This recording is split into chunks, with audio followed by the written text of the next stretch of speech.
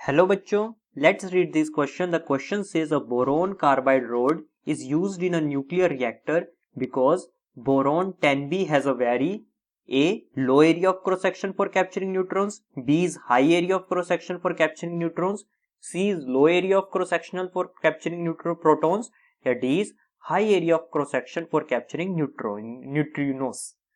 तो अगर हम यहाँ पर बात करें जो हमारा की कॉन्सेप्ट यूज्ड होगा, की कॉन्सेप्ट यूज्ड हियर इज, क्या की कॉन्सेप्ट लेके चलेंगे?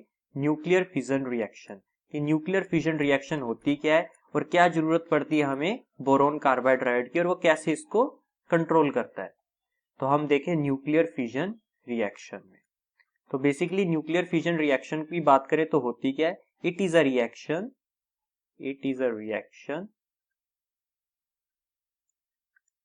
इस रिएक्शन में होता क्या है? It is a reaction in which the nucleus of an atom, in which the nucleus atom का स्प्लिट हो जाता है टू और मोर स्मॉलर न्यूक्लियाई में, in which nucleus of the atom splits into two or more nuclei, splits into two, दो या दो से ज्यादा न्यूक्लियाई में स्प्लिट हो जाए उसको हम बोलते हैं न्यूक्लियर फ्यूजन रिएक्शन। अब इसकी हम रिएक्शन भी देख लेते हैं कैसे होती है रिएक्शन। तो बात करें न्यूक्लियर फ्यूजन रिएक्शन की, हम यहां पर लेके चलते हैं 92 यूरेनियम 235। जब हम इसको न्यूक्लियर रिएक्टर में बम्बार्डमेंट करते हैं विद न्यूट्रॉन्स के साथ, तो इससे हमारा क्या प्रोड्यूस होते हैं? दो एटम्स में स्प्लिट हो जाता है। एक तो होता है हमारे पास 56 बेरियम 141, दूसरे किसमें स्प्लिट होता है? ये 36 क्रिप्टोन 92 में। प्लस हमारे पास क्या प्रोड्यूस होता है साथ में? 3 न्यूट्रॉन्स।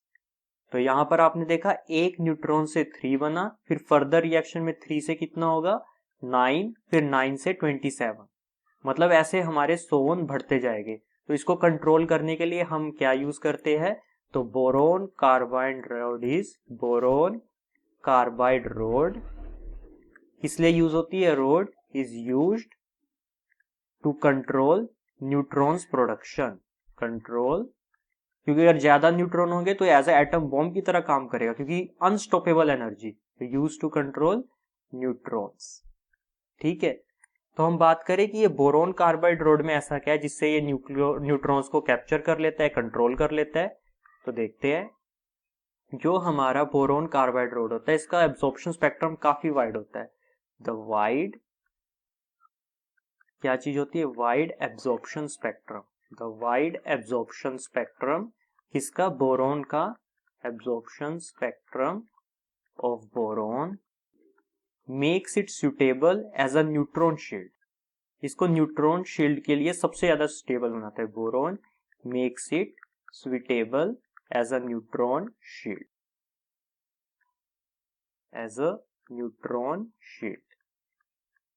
क्योंकि इसका एब्जॉर्प्शन स्पेक्ट्रम ज्यादा है। और दूसरी बात हम करें, हम जानते हैं जितना ज्यादा क्रॉस सेक्शनल एरिया ज्यादा होगा, larger the cross sectional area, उससे क्या फर्क पड़ेगा? Larger the cross sectional area, more is the number of thermal neutrons get captured in nuclear reactor. More the number of, क्या चीज? thermal neutrons